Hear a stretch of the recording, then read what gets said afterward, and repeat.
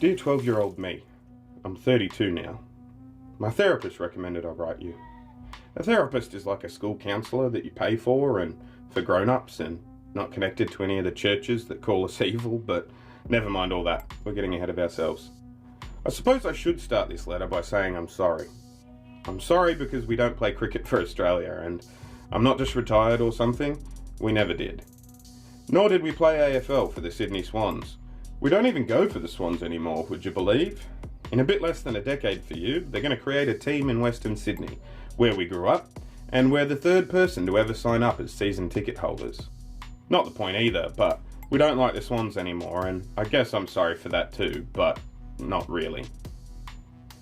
Dad's still dead, but you know that. Dead is dead, and that doesn't change over time. You've got a solid grasp of that already by your age. He's properly dead now, though. We changed our name and there's nothing left of him but our bad memories. His mum died too, which was nice, but none of this is the point either. We've got a wicked cool beard now. It's a reddish orangey brown, just like the Vikings you're currently obsessed with. Just be patient in that regard. Facial hair is one of the rare times in your life where laziness will see you prosper.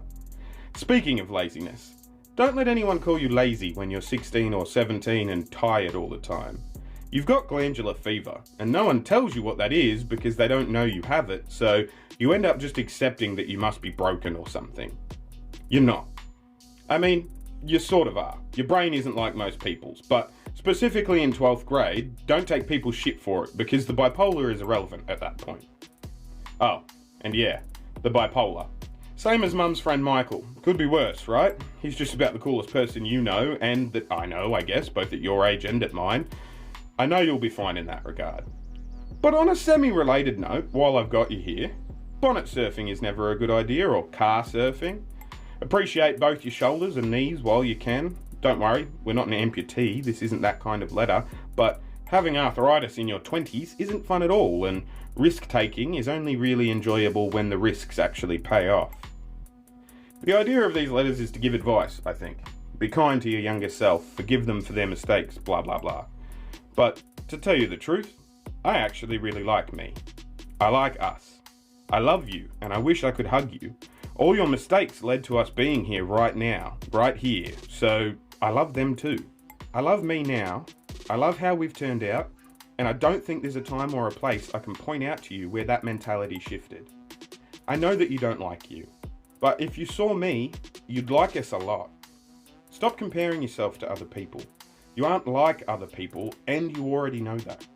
You see life in a way most people would describe as eccentric, which admittedly is just a fancy word that means weird, but it's a little bit more polite. Lean into that weirdness. I promise fake Julian is disliked more than the real one is, and the people who dislike real Julian are all assholes anyway. Looking back on the last 20 years, I'm not going to lie, you are going to go through a lot. But there's actually not much I would change. I hope I can say the same in another 20 years because things are pretty good right now. Just tell Mum to buy some Apple stock or something. You'll thank me later.